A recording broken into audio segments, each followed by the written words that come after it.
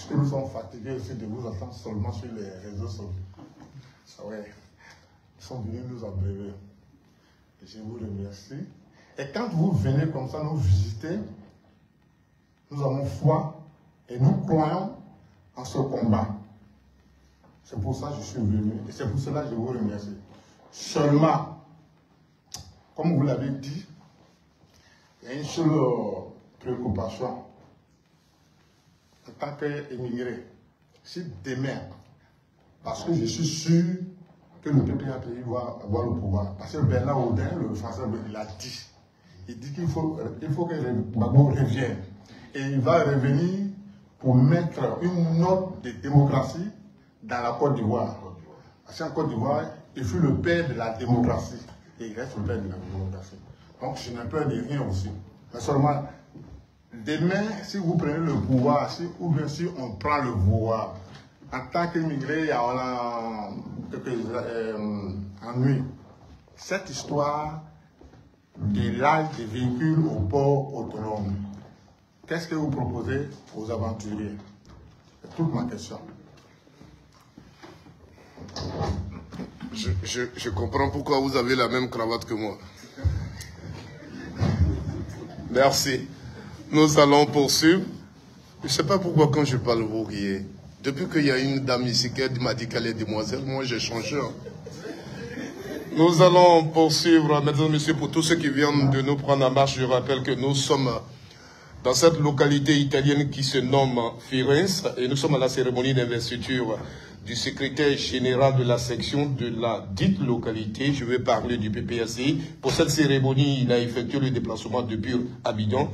Il s'agit du président du conseil stratégique et politique du parti du président Laurent Gbagbo que j'ai nommé Dr Kone Katina. Avec lui, nous échangeons en ce moment. Nous sommes donc à la série des questions. Après M.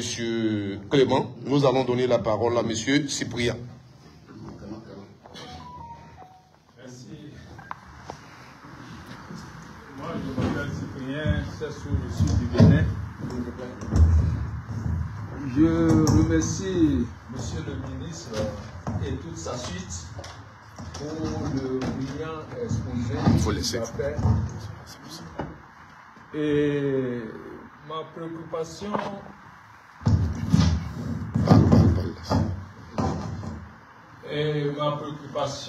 se situe à deux niveaux.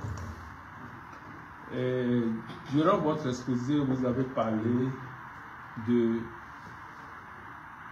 comment consolider les relations entre pays africains pour pouvoir affronter les menaces de l'extérieur. Et ça m'a beaucoup...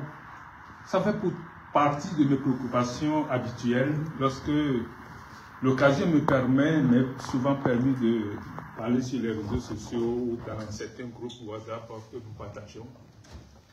Et les gens, certains pensent que nous ne devons pas laisser un maître pour aller traiter avec, choisir un second maître, un autre maître. Mais le problème que nous avons aujourd'hui, nous avons un problème de souveraineté. Et nous avons un problème d'avoir les capacités de pouvoir nous défendre. Ce n'est pas seulement bien avant d'arriver à être ensemble, à être forts. Même si nous sommes forts aujourd'hui, tout de suite, nous n'avons pas la technologie.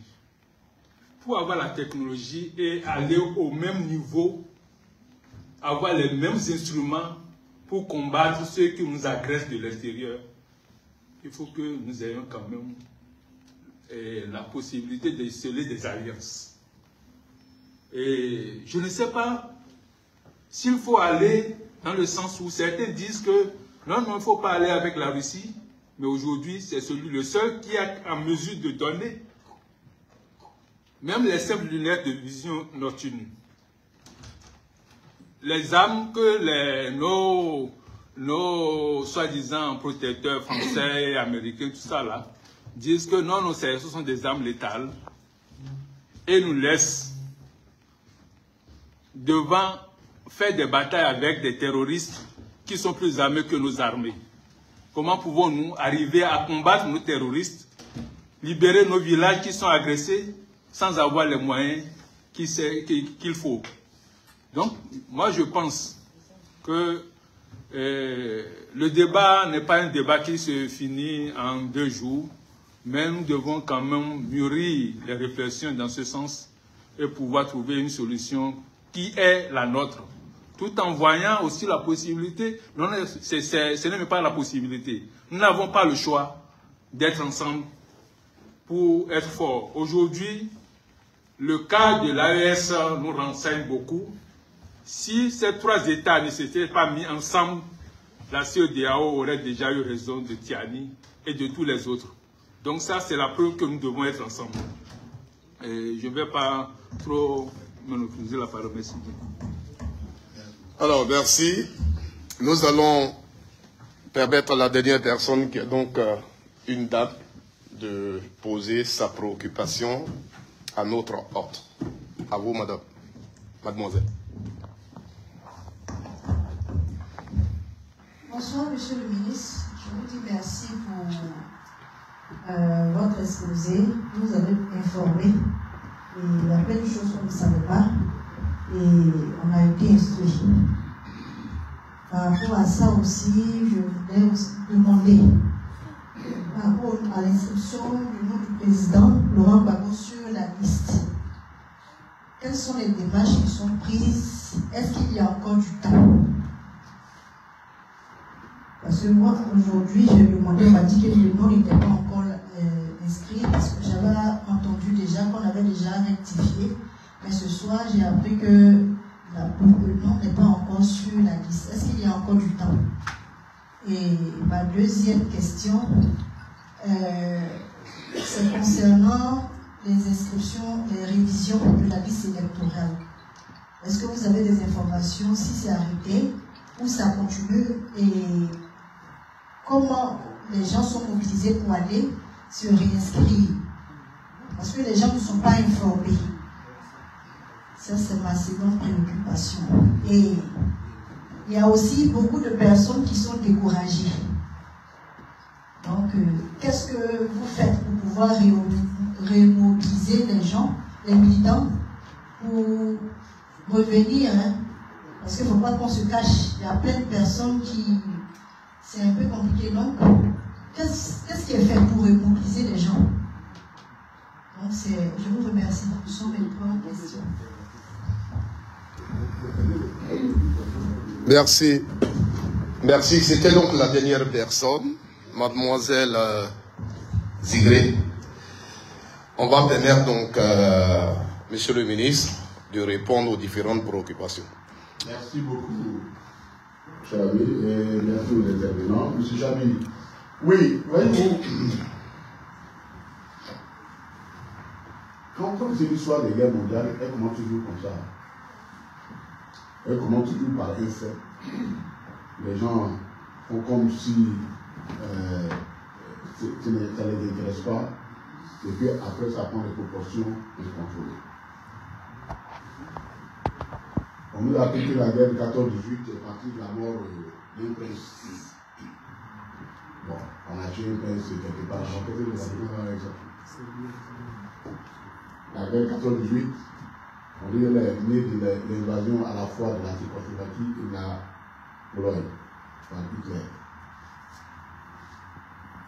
Mais ce sont les mêmes traces que nous sommes en train de voir. Voyez-vous, il y a un homme qui a été créé en 1945, après 1945. C'est cet ordre-là. Qui est l'émanation d'un cher ordre aussi qui nous a dominés. C'est cet ordre-là dans lequel nous sommes depuis 1945. Qui est construit autour d'un équilibre porté par 5 personnes qui sont les 5 vainqueurs de la Deuxième Guerre mondiale.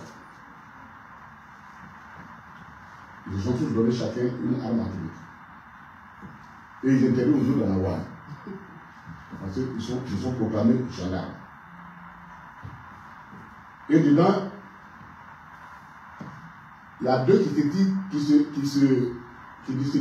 le titre de maréchal de la gendarmerie. Mais le type de pays là, les Américains, qui dominent le monde à la fois sur le plan économique, sur le plan monétaire, le plan financier, et les Russes, qui sont un vieux peuple, les Slaves, c'est un vieux peuple,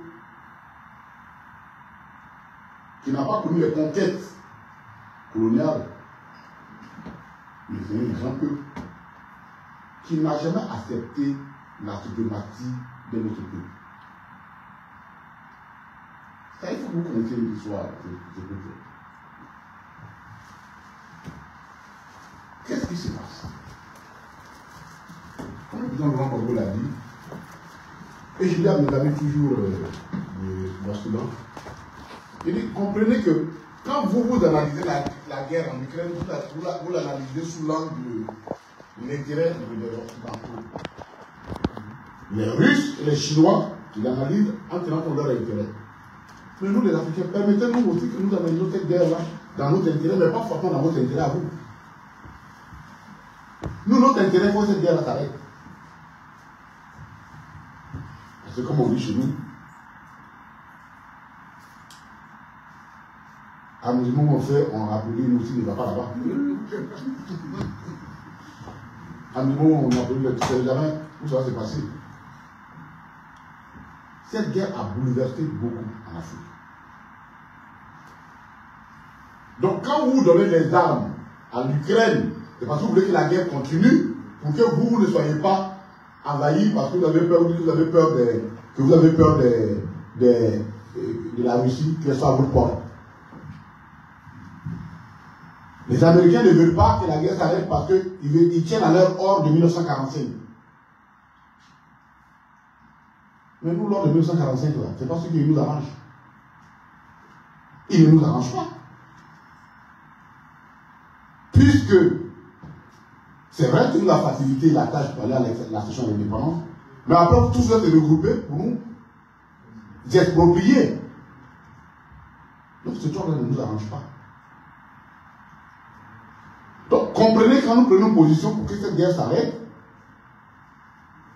c'est l'intérêt de l'Afrique. C'est parce que sinon on va l'intérêt africain.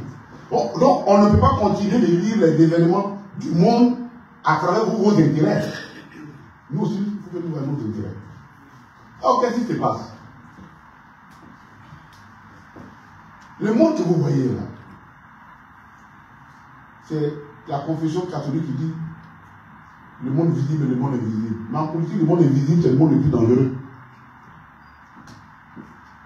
Vous pensez que qu'est-ce qui peut pousser Biden,